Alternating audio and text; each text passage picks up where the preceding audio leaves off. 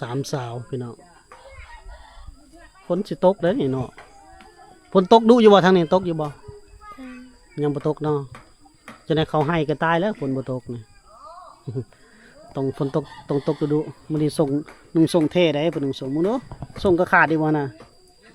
ว้าตะไปซื้อใส่ส่งนี่นะ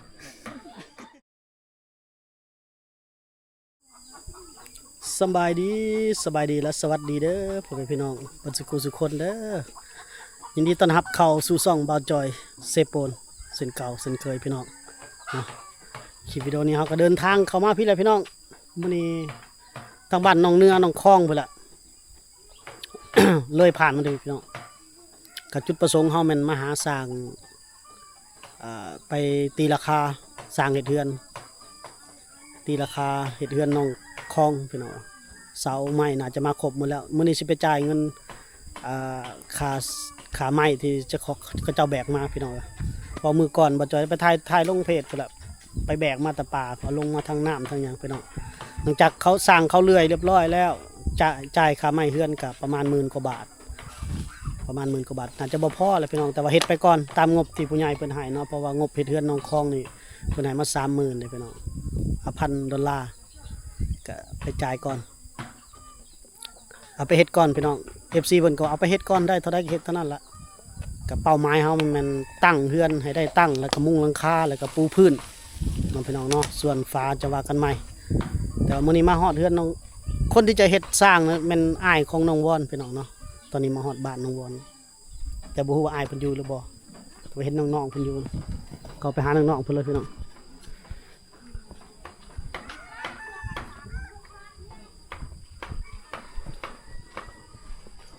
บ่เห็นสร้างเห็นแต่คนงาม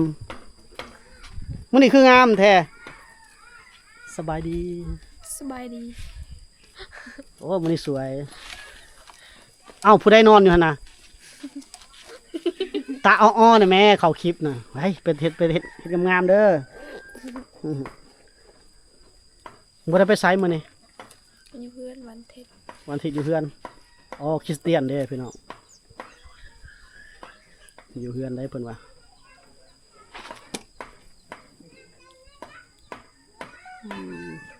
สวยได้มื้อนี้แหละเนาะวันอาทิตย์พักผ่อนปลูกเขาให้แล้วแหละ แล้วเนาะโอ้แล้วเพิ่นเนาะบ่ได้ไปยังบ่ได้ไปเสียแล้วอย่าให้เนาะเสียแล้วโอ้หญ้าขึ้นไวแท้เนาะต้องปลูกบ่ฮอดไสก็ขึ้นแล้วอยู่เพื่อนเนาะวันอาทิตย์เนาะตำแล้วข้าวมื้อนี้บ่ตามวันเทศวันอาทิตย์นี่บ่เฮ็ดหยังเลยแม่โอ้เฮ็ดได้กินข้าวซะ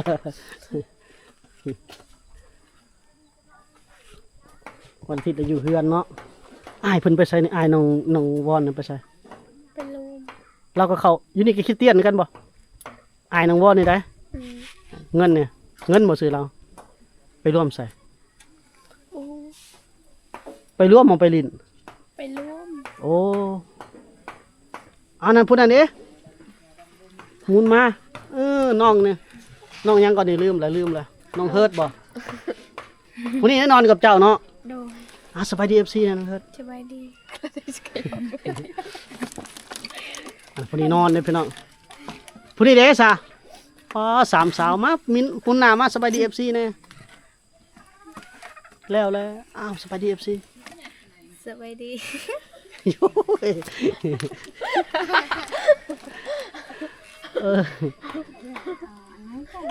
เฮ็ดงามๆดอน้องวอนนี่ FC บอกให้มาถ่ายดูแน่ก็เลยบ่ได้เอาไม่เอายกมือสบายดีงามๆได้บ่สวัสดียังไปลายใหม่ตลกโอ้เนาะอยู่เพื่อนอยู่ซั่นเขาก็บ่ตำน้ำก็บ่ตักบ่น้องเนื้อมื้อนี้น้ำก็ตักได้เนาะ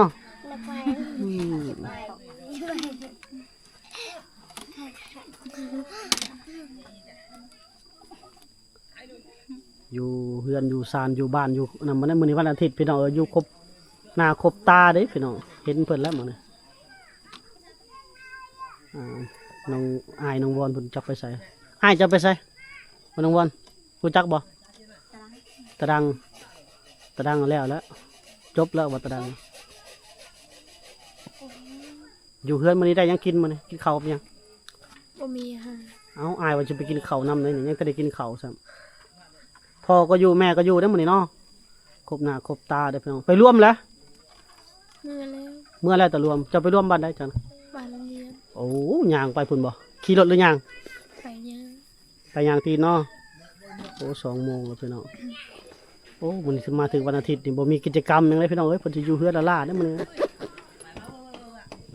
ตะเข้าก็บ่ตำในวันอาทิตย์นี่เนาะ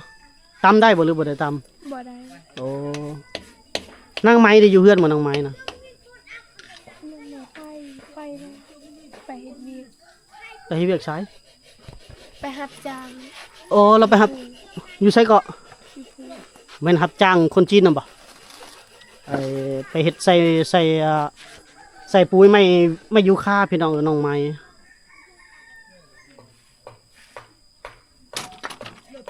บ่เจ้าได้ซะบ่ได้ไปบ่เจ้านะ ไปบ่ไปเฮ็ดเสียยา เสียหญ้าให้เนาะเสียหญ้าให้นี่จักมื้อจังแล้ว วันมา2-3 มื้อกันแล้ว 2-3 มื้อแล้วเนาะเอาหยังไปกินล่ะช่วงไปเสียหญ้าข้าวหญ้าให้นี่เอาหยังไปกิน บ่มีเมีย บ่มีอาหารเนาะเอาแจวไปกินบ่โอ้เมื่อยแล้วกินแจวนะบ่มีแห้งเลย บ่มีแห้งเลย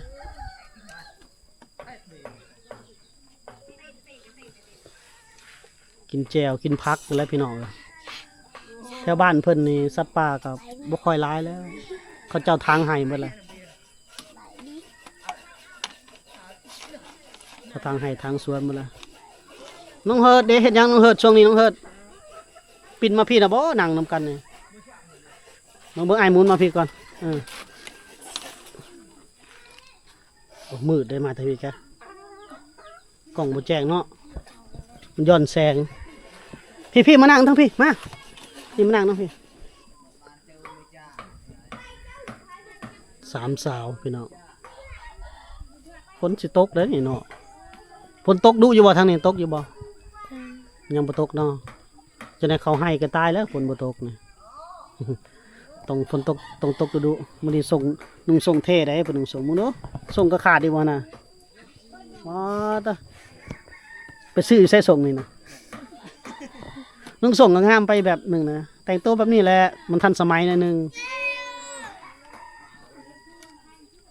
แต่งตัวงามๆให้อาจอยถ่าย FC ไลน์ได้เนาะ มื้อนี้บ่ตำข้าวแต่ว่านึ่งแล้วข้าวเนาะนึ่งข้าวตักน้ำได้เนาะเดี๋ยวสิค่ำๆเดี๋ยวสิถ่ายวิถีชีวิตของน้องลาวพี่น้องเฮ็ดแนวกินสิบ่มีแนวเฮ็ดแล้วเนาะแนวกินเนาะบ่ฮู้แนวเฮ็ด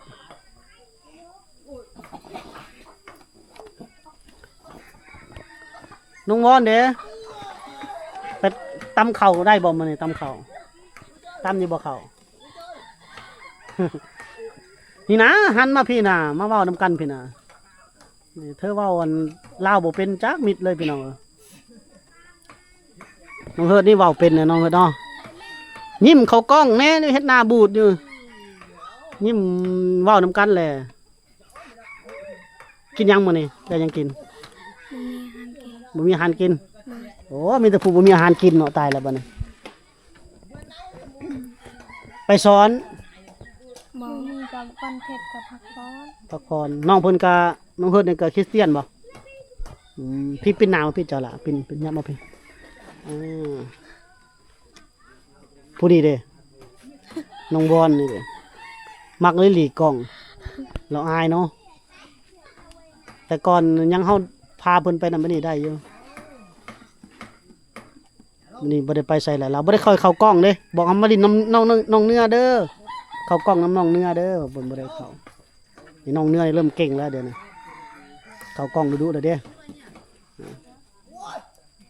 พี่ให้เราเลย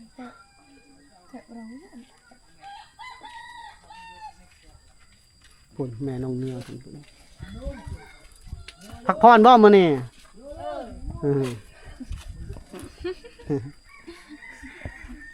พักผ่อนแล้ววันอาทิตย์มื้อนี้มาถึงมื้อเขาบ่เฮ็ดเวียกเฮ็ดงานเลยพี่น้องเอ้ยมื้อนี้พักผ่อนหมดมื้อนอนเว้นหมดมื้อแล้วคันว่าซั่นแล้วก็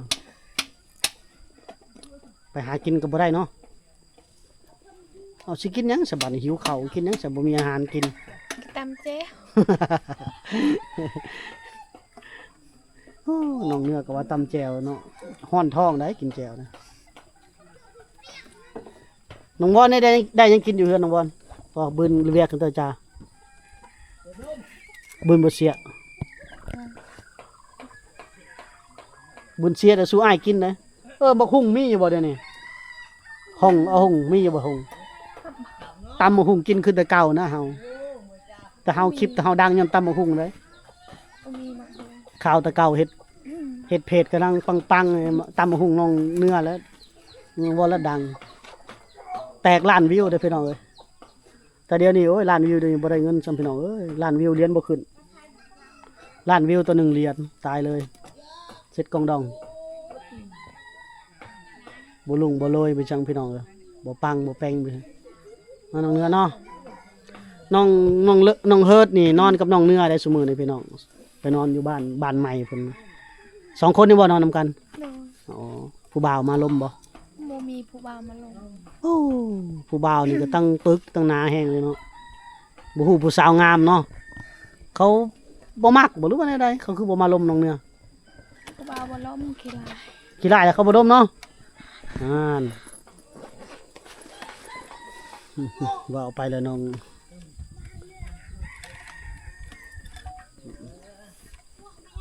ถามน้องเนื้อเพิ่นก่อนพี่น้องเนาะกลางคืนมานอนนี่ผู้บ่าวมาลมอยู่บ่วะ โมมีผู้บ่าวมาลง บ่มีเนาะ มี เขาบ่มักบ่ฮะเขามักแบบใดผู้บ่าวเนี่ยเขาจังบ่มาลมนะ แบบใดก็ได้ผู้บ่าวบ่มักคนนั้นคือเฮาขี้ลาย เขาว่าเจ้าขี้ร้ายเนาะเขาบ่มักโอ้แล้วเนาะนางเอกเฮามันผู้บ่าวบ่มักติพี่น้องเอ้ยเนาะยาเขาตาเขาบ่ถึงเนาะบ่มีผู้บ่าวมาล้มน้องเพิ่นว่าโอ้ยเนาะตาบ่ถึงแล้วผู้บ่าวนี่จักเพิ่นมักแบบใดพี่น้อง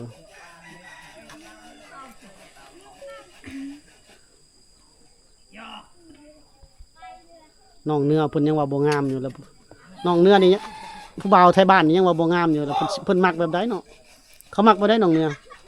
เขามักสูงๆขาวๆบ่หรือว่าดำ คนมากคนขาวๆคนขี้ลายคือเฮาไผสิมัก ๆว่าไปแล้วเนาะยาเป็นนางเอกซ่องบ่จอยน่ะจะพาเอาผัวเนาะโสดไว้ก่อน โดย สบายอ้ายมาถ่าย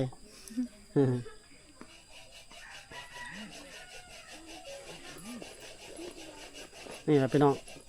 ส่วนหลายผู้บ่าวในบ้านนี่เขาบ่ค่อยล้มกันได้บ่ค่อยจีบกันคนไทยบ้านเดียวกันนี่เนาะน้องเนื้อเนาะเห็นว่าบ่าวเสิงเมงก็ยังไปล้มผู้สาวอยู่บ้านใกล้ผู้คนจะมาคุยมาจีบจะเป็นคนบ้านอื่นพี่น้องแบบไกลอะไรได้ก็เจ้าเห็นกันในเฟซในอันนี้แล้วก็ไปหากันมีอยู่บ่คนทักเฟซมาผู้บ่าวก็ โมมี บ่มีบ่ย่านว่ามี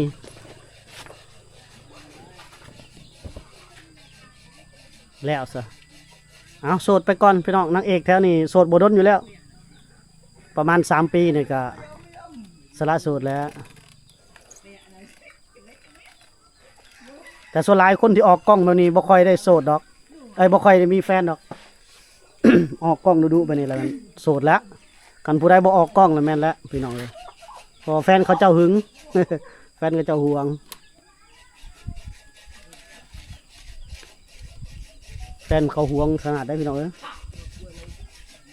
เขาบ่ให้ออกกล้องรถคันผู้ใดแปลกๆหาย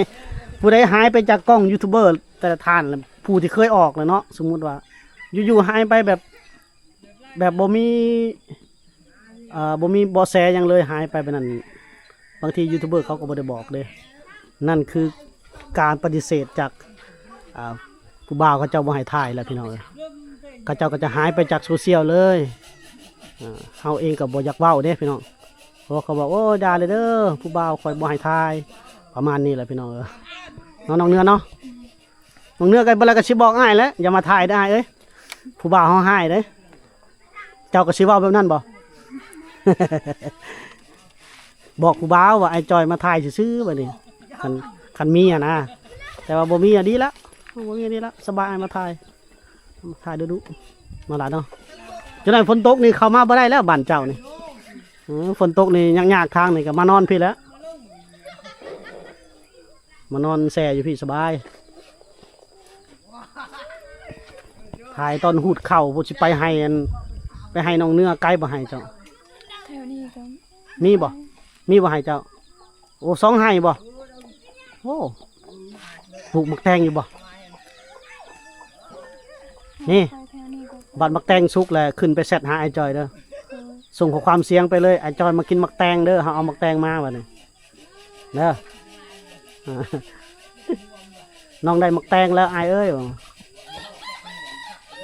มักแตงเพิ่นพันใหญ่เด้อพี่น้องเอ้ยรอถ่าเด้อรอถ่าเบิ่งเอาแล้วสองสาวน่ะเงียบคักอันนี้พี่น้องเอ้ยยิ้มเนาะกว่าทางพี่น้องวอนนะพี่น้องวอนเอ้ยตายแล้วปานนั้น FC ให้อ้ายมาถ่ายก็ย้อนแบบนี้แหละอ้ายก็ไปบ่เป็นคือกัน แต่ละคนนี่บ่ปากบ่อ้อนี่ได้ยินแต่เสียงเบาจอยแล้วเบาอยู่วับจนน้ำลายแห้งพี่น้อง เอาจะประมาณนี้แหละอีพีนี่พบน้องๆเพิ่นกินแล้วข้าวเที่ยงมานี่ยังบ่กินอย่างเดียวเนาะก็ขายบ่ปองปูปองปลาอ้ายก็ยังถ้าได้กินข้าวดอกกับมันนะมาหาอ้ายน้องวอนนี่ก่อนกันสิบึงเถื่อกันสิหาโลกมีแต่ว่าคงกินในรถก็มีอยู่ประมาณนี้ก่อนพี่น้องพบน้องๆเพิ่นก็อยู่ดินน้ำน้องๆเพิ่นน้องวอนน้องเนื้อน้องเลิศน้องเฮิร์ดน้องสาวบ่ปากบ่อ้อเลยพี่น้อง